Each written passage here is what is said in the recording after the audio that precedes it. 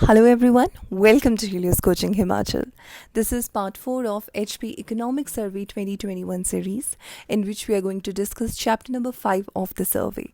For the first 4 chapters, kindly check out the first 3 videos of our series on our channel. So let's get started with today's video and discuss chapter number 5, which is Institutional and Bank Finances. Himachal Pradesh में total 3 banks हैं जो lead bank responsibility निभा रहे हैं और वो हैं PNB, UCO और state Bank of India. Lead bank responsibility का मतलब ये होता है कि आरबीआई ने इन बैंक्स को ये जिम्मेदारी दी है कि जो बैंकिंग ऑपरेशंस और फंक्शंस हैं आपने उन्हें इन पर्टिकुलर एरियाज़ में एक्सपैंड करना है। तो पीएनबी 6 डिस्ट्रिक्ट्स में एज अ लीड बैंक अपना रोल निभाता है, जो है कांगड़ा, किन्नौर, कुल्लू, हमीरपुर, ऊना, मंडी। याद करने का तरीका है के और हम HUM। यू को 4 डिस्ट्रिक्ट्स में लीड बैंक है, जो है Shimla, Solan, Sirmaur, Bilaspur, mnemonics, SSSB। And finally State Bank of India 2 districts में, that is your Chamba and Lahaul Spiti. वहीं पर स्टेट लेवल बैंकर्स कमेटी जो है हिमाचल प्रदेश की, उसका कन्वीनर बैंक है यूको बैंक। हिमाचल में टोटल बैंक ब्रांचेस हैं 2195, जिसमें से 77% ब्रांचेस रूरल एरियाज़ में फंक्शन कर रही हैं। और ऐसा इस वजह से है क्योंकि आरबीआई की जो डेफिनेशन है या क्लासिफिकेशन है अर्बन सेंटर की, उस डेफिनेशन के अकॉर्डिंग एक ही अर्बन सेंटर है पूरे हिमाचल में, दैट इज़ शिमला। यानी कि बाकी का जितना भी हिमाचल रहता है वो आरबीआई की क्लासिफिकेशन के अकॉर्डिंग रूरल सेंटर में आता है, जिस वजह से हिमाचल प्रदेश की 77% ब्रांचेस जो हैं वो रूरल एरियाज़ में हैं। अक्टूबर 2019 से लेकर सितंबर 2020 के बीच में 5 नए बैंक की ब्रांचेस ओपन हुई हैं हिमाचल प्रदेश में। आप ध्यान रखिएगा, 5 नए बैंक ओपन नहीं हुए हैं, ब्रांचेस ओपन हुई हैं। एवरेज पॉपुलेशन पर बैंक ब्रांच अगर हम देखें हिमाचल प्रदेश में तो ये है 3129। और हर साल के इकोनॉमिक सर्वे में आपको अलग अलग मिलेगी, क्योंकि हर साल नई बैंक ब्रांचेस ओपन होती हैं, तो ये नंबर चेंज होता रहता है। नेशनल लेवल पे अगर हम बात करते हैं एवरेज पॉपुलेशन पर ब्रांच की, तो वो 11,000 है। अब पब्लिक सेक्टर बैंक्स की बात करते हैं, PSBs यानी कि जो सरकारी बैंक है हिमाचल प्रदेश में, वो उनकी टोटल ब्रांचेस हैं 1169। और टोटल जितनी भी ब्रांचेस हैं हिमाचल में गवर्नमेंट और प्राइवेट बैंक्स को मिलाकर, उसकी 53% जो ब्रांचेस हैं वो हिमाचल प्रदेश में पब्लिक सेक्टर बैंक्स की हैं, यानी कि गवर्नमेंट बैंक्स की हैं। सबसे ज़्यादा ब्रांचेस हैं पीएनबी की 372, फॉलोड बाय SBI 324 और उसके बाद यूको की 173। एग्ज़ाम में आपसे हो सकता है कि नंबर ऑफ़ ब्रांचेस ना पूछें कि किस बैंक की कितनी है, बट ये पूछा जा सकता है कि कौन से पब्लिक सेक्टर बैंक की सबसे ज़्यादा ब्रांचेस हैं, या फिर टोटल कितनी गवर्नमेंट ब्रांचेस गवर्नमेंट बैंक्स की ब्रांचेस हैं हिमाचल प्रदेश में, that is your 53%। Private sector banks की टोटल 176 ब्रांचेस हैं, जिसमें HDFC की सबसे ज़्यादा 69 और ICICI की उसके बाद 32 ब्रांचेस हैं। रीजनल रूरल बैंक यानी कि जो RRB है हिमाचल प्रदेश का, वो है हिमाचल प्रदेश ग्रामीण बैंक। इसकी टोटल 265 ब्रांचेस हैं और इसका स्पॉन्सर बैंक है Punjab national bank.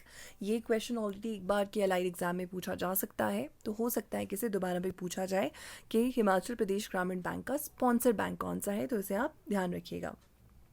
Small finance banks जो भी new category of banks I हैं, तो हिमाचल में प्रदेश में टोटल नए 3 स्मॉल फाइनेंस बैंक्स ओपन हुए हैं, जिनकी टोटल 6 ब्रांचेस हैं। और इंडिया पोस्ट पेमेंट बैंक, जिसे हाल ही में अभी लाइसेंस मिला है पेमेंट बैंक का, इंडिया पोस्ट का, उसकी टोटल 12 ब्रांचेस हैं।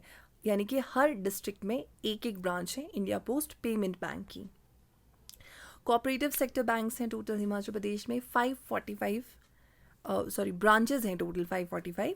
और जो स्टेट का एपेक्स कोऑपरेटिव बैंक है वो है हिमाचल प्रदेश कोऑपरेटिव बैंक, जिसकी टोटल 218 बैंक ब्रांचेस हैं, followed by Kangra central cooperative bank, जिसकी 217 ब्रांचेस हैं। इसके अलावा 5 अर्बन कोऑपरेटिव बैंक्स भी हैं हिमाचल प्रदेश में, जिनकी टोटल 26 ब्रांचेस हैं पूरे हिमाचल में।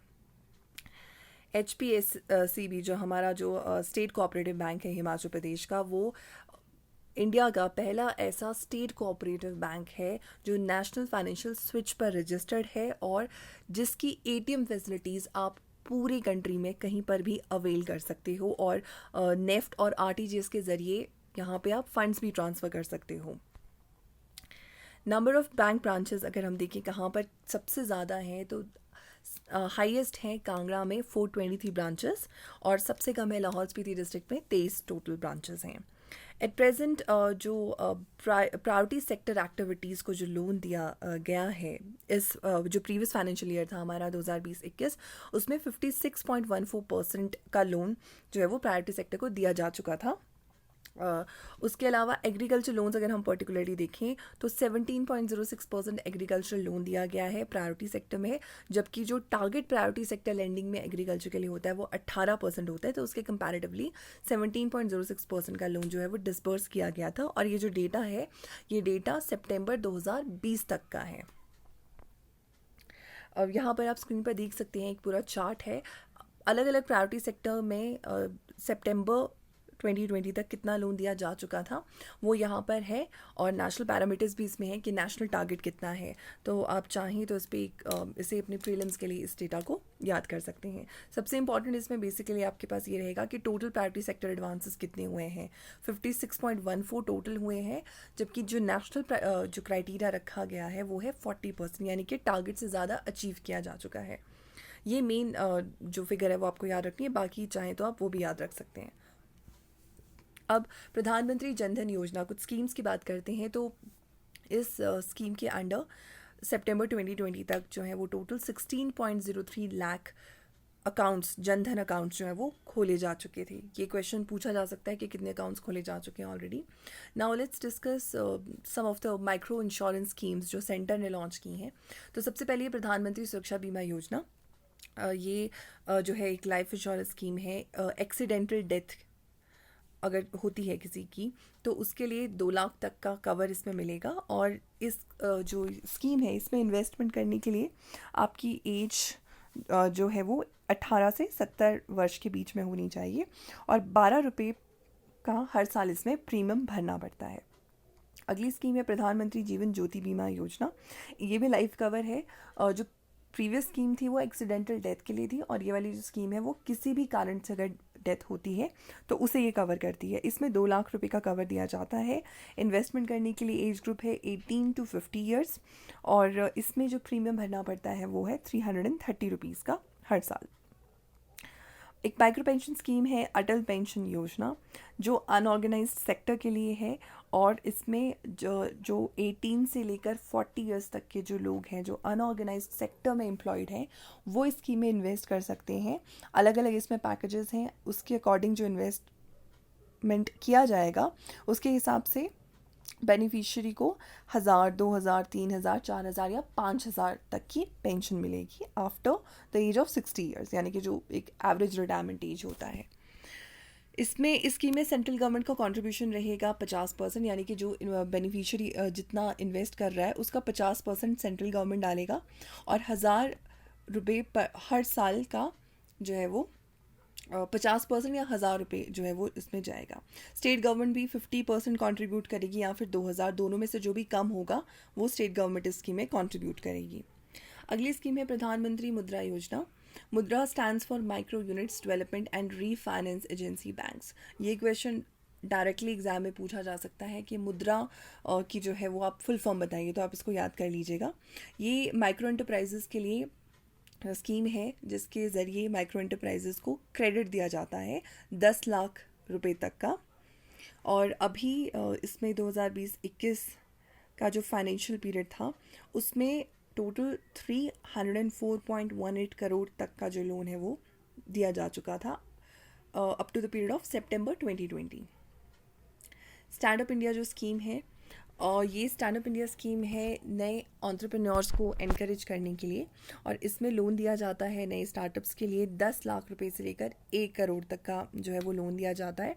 और इस स्कीम के अंडर एक शर्त रखी गई है कि जो हर ब्रांच है, बैंक की ब्रांच है, उसमें से इस स्कीम के अंडर कम से कम एक लोन जो है वो या तो SC/ST को जाना चाहिए, और कम से कम एक लोन जो है वो वुमेन बोरोवर को जाना चाहिए अंडर दिस स्कीम। और अभी सितंबर 2020 तक टोटल 94.23 करोड़ का जो लोन है वो सैंक्शन किया जा चुका था। मार्केट शेयर की अगर हम देखें कि कौन से जो बैंक है उसमें कितना मार्केट शेयर है, यानी कि कितना डिपॉजिट है, तो पब्लिक सेक्टर बैंक का मार्केट शेयर है 65%, आरआरबी का है 5%, प्राइवेट बैंक्स 10% और जो कोऑपरेटिव सेक्टर बैंक्स हैं उसमें टोटल 20% जो है वो मार्केट शेयर है। अब हम देखते हैं कुछ गवर्नमेंट स्पॉन्सर्ड स्कीम्स का implementation. National rural livelihood mission, ये पावर्टी रिडक्शन के लिए है और इसको इम्प्लीमेंट किया जाता है HP state rural livelihood mission और जो कि आता है रूरल डेवलपमेंट डिपार्टमेंट के अंडर, उसके ज़रिए।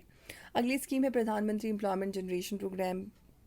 ये जो है वो आती है ministry of micro small and medium enterprises के अंडर और इसमें क्रेडिट लिंक्ड सब्सिडी प्रोग्राम ये है। इसके लिए याद रखने का अगर जो मेन बात है वो ये है कि इसकी नोडल एजेंसी कौन सी है, तो khadi and village industries commission जो है वो नेशनल लेवल पर इसकी नोडल एजेंसी है और स्टेट लेवल पे इसको इम्प्लीमेंट करने की जिम्मेदारी दी गई है। और एक तो KVIC, दूसरा KVIB। KVIB यानी कि khadi and village industries board और डिस्ट्रिक्ट इंडस्ट्रीज सेंटर, तो ये 3 लोग मिलकर इम्प्लीमेंट करते हैं स्टेट लेवल पर इस स्कीम को। ये सेंटर की स्कीम है। किसान क्रेडिट कार्ड्स, ये शॉर्ट टर्म क्रेडिट्स इसमें दिए जाते हैं किसानों को। तो अभी सितंबर 2020 तक टोटल 6,670 करोड़ रुपीस का क्रेडिट इस स्कीम के ज़रिए किसानों को दिया जा चुका था। अब नाबार्ड के अंडर कुछ एक फ़ंड्स हैं जो इस चैप्टर के अंदर मेंशन है। फ़ंड्स की डिटेल में जाने की कोई ज़रूरत नहीं है, खासकर प्रीलिम्स के लिए तो बिल्कुल भी ज़रूरत नहीं है। मेंस के लिए अगर आप चाहें कभी तो हल्का फुल्का पढ़ सकते हैं, बट प्रीलिम्स के लिए तो बिल्कुल भी ज़रूरत नहीं है। बट लेकिन आप ये नाम ज़रूर याद रखिएगा। एक RIDF फंड है, rural infrastructure development fund, warehouse infrastructure fund है, फूड प्रोसेसिंग फंड है और ट्राइबल डेवलपमेंट फंड है। तो नाबार्ड ने अलग अलग फंड्स इस्टेब्लिश किए हैं और इन फंड्स के अंडर नाबार्ड स्टेट के अंदर काफ़ी ज़्यादा जो प्रोग्राम्स हैं उनको स्पॉन्सर कर रहा है और डेवलपमेंट में कंट्रीब्यूट कर रहा है। So that's it in this video. जो आगे वाली चैप्टर्स हैं वो हम नेक्स्ट पार्ट में डिस्कस करेंगे और जिसका वीडियो बहुत जल्दी हम अपलोड करेंगे अपने चैनल में। Thank you so much for watching and please like this video and subscribe to our channel.